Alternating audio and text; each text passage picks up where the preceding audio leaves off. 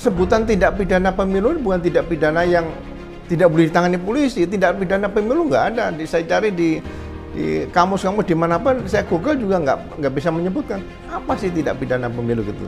Okay. Ya seperti contoh mengambil suara orang lain. Orang merasa didudukan, suaranya diambil. Ya. Nah, ini kalau dipidana kan copet suara gitu loh. Curi ya. Dan ini lebih mudah membuktikan karena pasti ada saksi dari TPS.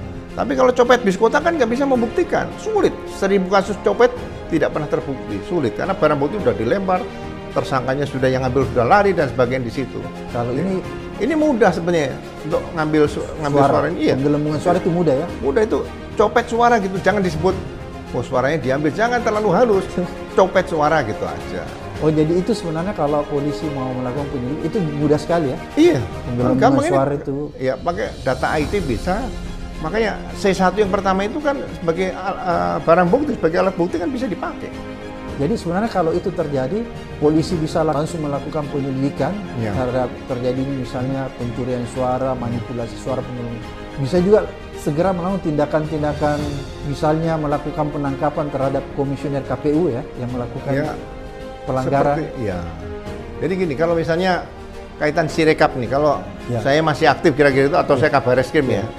Saya langsung turun ke KPU, kita cek aja. Ada laporan dari intelijen, ada laporan masyarakat, cek. Jadi nggak ada larangan polisi yang mereka ke KPU, nggak ada. Itu bukan kedutaan asing, bukan. Cek, ternyata kan polisi kan sekarang ada patroli cyber dan sebagainya. Nah, seperti ini udah kejahatan ya, langsung polis lain di KPU.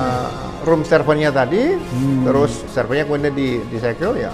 Ya ini polisi sebagai alat negara seperti itu. Jadi jangan dibiarkan masyarakat diskusi sendiri, wah ada perlu audit forensik.